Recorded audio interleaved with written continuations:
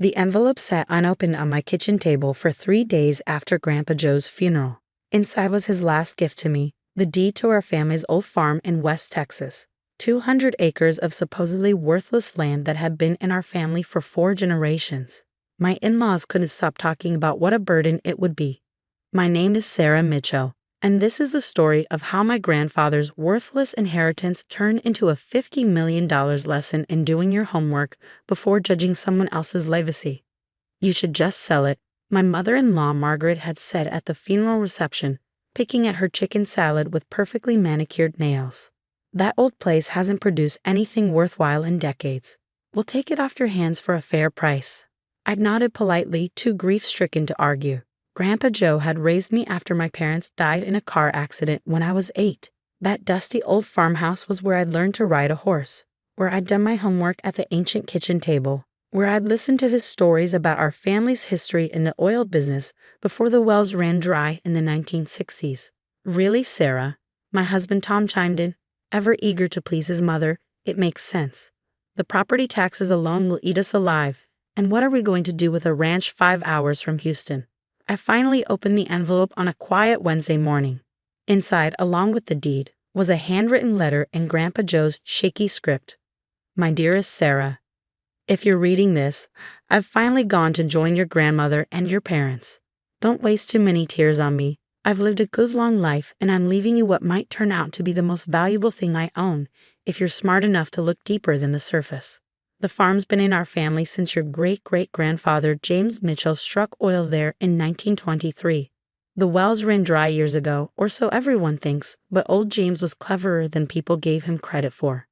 He knew something about that land that even my father never figured out. In my desk drawer at the farm, you'll find a red leather book. It's got all the answers you need if you take the time to really study it. Don't let anyone pressure you into selling until you've read every page. Love always, Grandpa Joe. B.S. Don't trust the Robinson brothers. They've been sniffing around the property for years, and there's a reason why.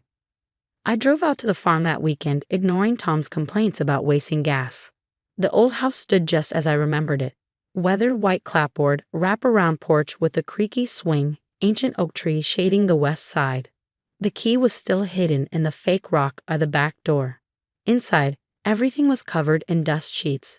The furniture we'd moved out when Grandpa Joe went into the nursing home 2 years ago left ghost-like impressions on the wooden floors. I made my way to his study, where the massive oak desk still dominated the room. The red leather book was exactly where he said it would be, along with a stack of old maps, geological surveys, and what looked like original land grant documents from the 1920s. I settled into his old leather chair and began to read. 4 hours later, my hands were shaking as I closed the book. If what I was seeing was correct, Grandpa Joe and great-great-grandpa James had left me something far more valuable than anyone suspected.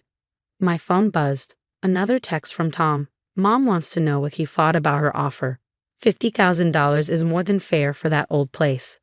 I smiled, thinking about what I just learned. The original oil wells on the property had indeed run dry, but they had only tapped the upper layer of deposits. The geological surveys in the Red Book, updated secretly by Grandpa Joe just 5 years ago, showed massive untapped reserves in deeper formations that could only be reached with modern drilling technology. But that wasn't even the most valuable part. The original mineral rights agreement, which everyone thought had expired in the 1970s, had actually been renewed and expanded by Grandpa Joe through a complex series of legal maneuvers. The rights covered not just our 200 acres, but a vast tract of surrounding land, over 2,000 acres in total. The Robinson brothers, who owned the neighboring ranch, had been trying to buy our property for years. Now I understood why. They discovered the deeper oil deposits and had been quietly buying up surrounding properties. But without our mineral rights, they couldn't drill. I was still processing this information when another text came through, this time from Margaret. Coming over for dinner tonight. Need to discuss the farm situation. Perfect timing. I'd already scheduled a meeting with BlackRock Oil for Monday morning. Their preliminary estimates of the deposits, based on the surveys I'd found, were staggering. But tonight's dinner would be interesting for other reasons. I arrived at Tom and Margaret's sprawling River Oaks mansion at exactly 7:00 p.m. The whole family was there. Tom's sisters Amanda and Beth with their husbands, his father George looking uncomfortable in his smoking jacket, and Margaret holding court in her designer dress and diamonds. "Sarah, darling," she cooed as I walked in, "we've been so worried about you, rattling around that old farmhouse by yourself. Have you given any thought to our offer?" I smiled, accepting a glass of wine. "Actually, I have. But first, tell me why you're so interested in the property." "Pure charity," she replied smoothly. "We hate to see you burdened with that worthless land. The taxes, the upkeep, it's really not something someone of your background should have to deal with." My background. She never let me forget that I'd grown up on that farm, that I'd attended state school on a scholarship while Tom had gone to Yale, that I was, in her eyes, perpetually inferior. "The Robinsons stopped by yesterday," Tom added. "They're willing to go to $75,000. Really, Sarah, you should consider it." I took a slow sip of wine. "The Robinsons. Interesting. Have they mentioned anything about their recent geological surveys?"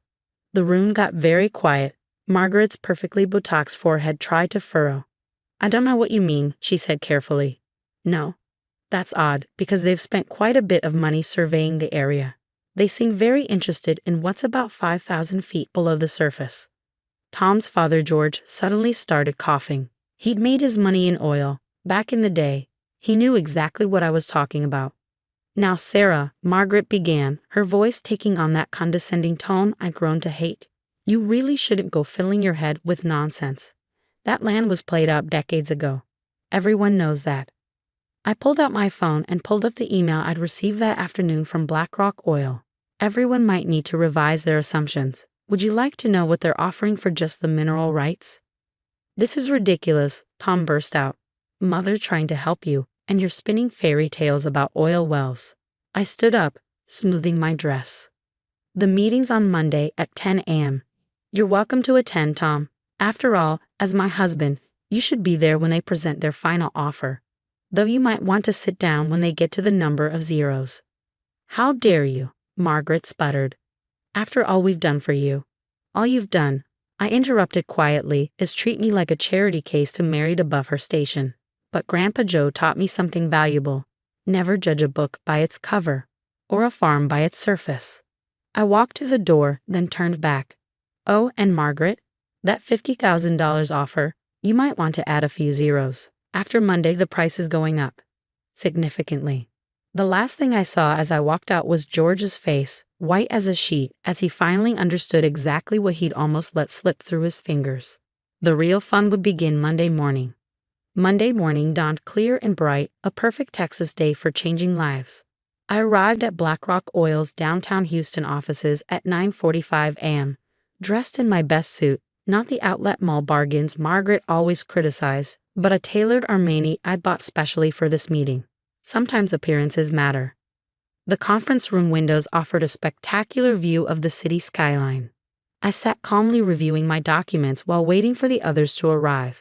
Right on cue, at 9:55, Tom burst in with Margaret and George in tow. "This is completely unnecessary," Margaret declared, smoothing her designer dress.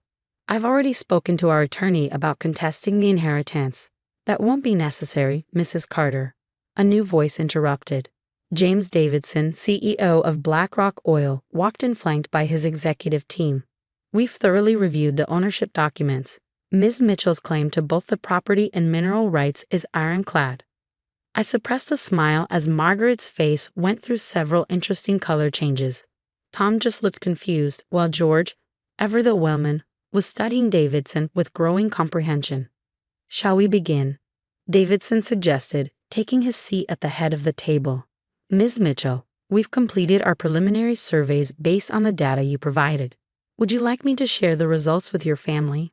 "Please do," I said quietly. "I think I'll find it enlightening."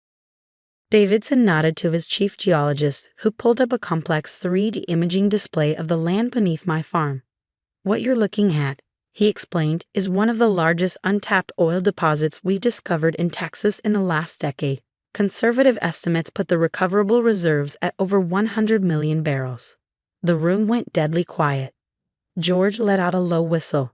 He knew exactly what those numbers meant.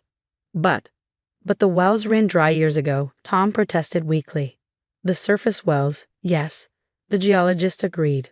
But your wife's great-great-grandfather was quite clever. He suspected the existence of deeper deposits but lacked the technology to reach them.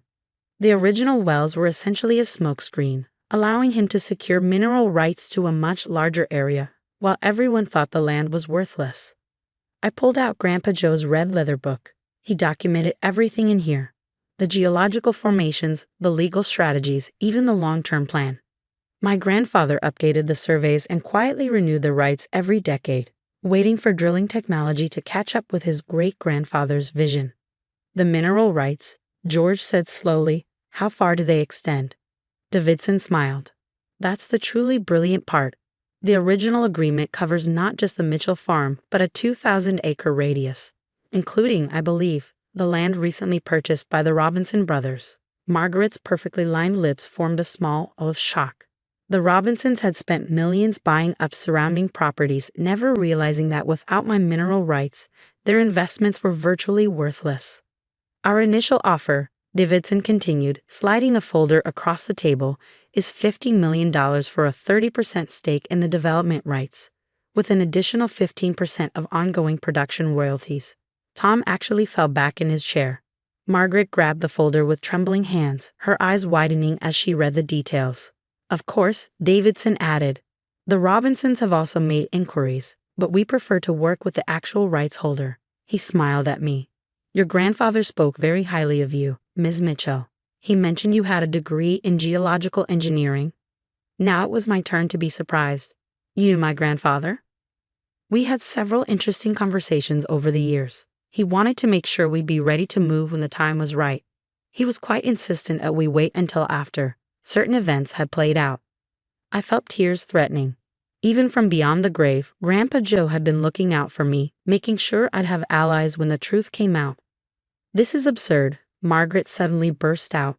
She can't possibly manage something of this magnitude. Tom, as her husband. Actually, I interrupted, according to Texas inheritance law and the specific terms of my grandfather's will, the property and mineral rights are mine alone. Tom has no legal claim to them. I turned to my husband, seeing him clearly perhaps for the first time. Though we should probably discuss that, along with some other aspects of our relationship. The next few hours were a blur of lawyers, paperwork, and increasingly desperate attempts by Margaret to regain control of the situation. But the documentation was perfect. Grandpa Joe and his father before him had made sure of that. By the end of the day, I had signed a preliminary agreement with BlackRock, filed for divorce from Tom, and begun the process of relocating back to the farm. The look on Margaret's face when she realized she'd spent years mocking what would become a billion-dollar property was almost worth all the humiliation she put me through. Almost. The aftermath was everything you might expect. Tom alternated between begging forgiveness and threatening lawsuits. Margaret had to be escorted from my office at BlackRock when she showed up demanding to be cut in on the deal. The Robinsons tried to contest the mineral rights but quickly backed down when their lawyers reviewed the documentation. I moved back to the farm that weekend. The house needed work, but that was fine. I had plans for it. Big plans. 1 month after the BlackRock meeting, I hosted a dinner party. The old dining room had been beautifully restored, the antique table polished to a mirror shine. My guests included James Davidson, his wife, and several key members of the development team. We were celebrating the first successful test well. As we sat down to dinner, Davidson raised his glass. To Sarah Mitchell, he said, and to Joe Mitchell, who knew exactly what he was doing when he left his legacy in her hands. Later that evening, as I sat on the porch swing watching the sunset paint the sky in shades of pink and gold, I opened Grandpa Joe's red book again. A loose page fell out, one I somehow hadn't noticed before. The handwriting was shaky but clear. Sarah. By now you've discovered what the land is really worth. But that's not the most valuable thing I'm leaving you.